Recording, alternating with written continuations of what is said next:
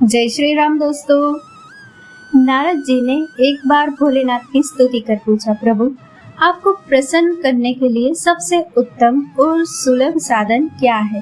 हे त्रिलोकीनाथ, आप तो निर्विकार और निष्काम है, आप सहज ही प्रसन्न हो जाते हैं।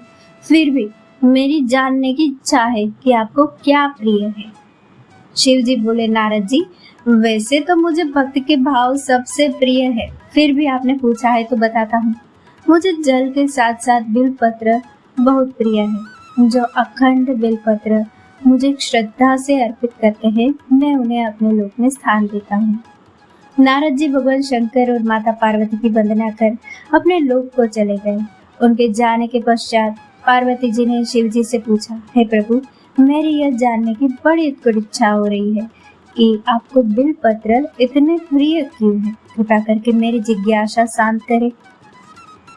शिव जी बोले, हे शिवे, बिल्व के पत्ते मेरी जटा के समान है।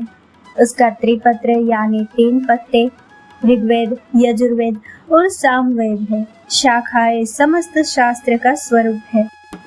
बिल्व वृक्ष को आप पृथ्वी का कल्प वृक्ष समझे, जो ब्रह्मा विष्णु शिव स्वरूप है।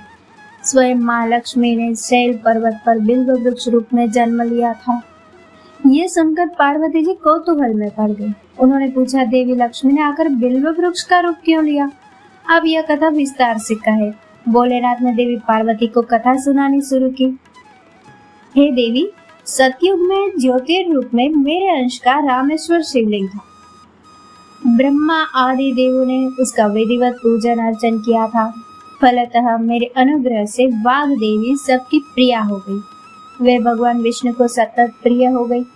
मेरे प्रभाव से भगवान केशव के मन में वाग देवी के लिए जितनी प्रीति हुई, वह स्वयं लक्ष्मी को नहीं भाई।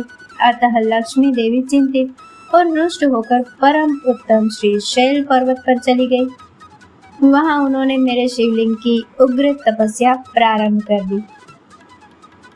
हे परमेश्वरी, कुछ समय बाद महालक्ष्मी जी ने मेरे शिवलिंग से थोड़ा ऊर्ध्व में एक वृक्ष का रूप धारण कर लिया और अपने पत्र पुष्प द्वारा निरंतर मेरा पूजन करने लगी।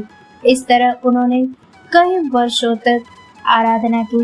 अंततः उन्हें मेरा अनुग्रह प्राप्त हुआ। महालक्ष्मी ने मांगा कि श्री हरि के हृदय में मेरे प्रभाव से वाग देवी के लिए जो स्नेह हुआ है वह समाप्त हो जाए। शिव जी बोले, मैंने महालक्ष्मी को समझाया कि श्री हरि के हृदय में आपके अतिरिक्त किसी और के लिए कोई प्रेम नहीं है। वाग देवी के प्रति तो उनकी श्रद्धा है। यह सुनकर लक्ष्मी जी प्रसन्न हो गई और पुनः श्री विष्णु के हृदय में स्थित होकर निरंतर उनके साथ विहार करने लगी। हे पार्वती, महालक्ष्मी के हृदय का एक बड़ा विकार इस प्रकार दूर हुआ था। इस कारण हरिप्रिया उसी वृक्ष रूप में सर्वदा अतिशय भक्ति से भरकर यत्न पूर्वक मेरी पूजा करने लगी। बिल्व इस कारण मुझे बहुत प्रिय है और मैं बिल्व वृक्ष का आश्रय लेकर रहता हूँ।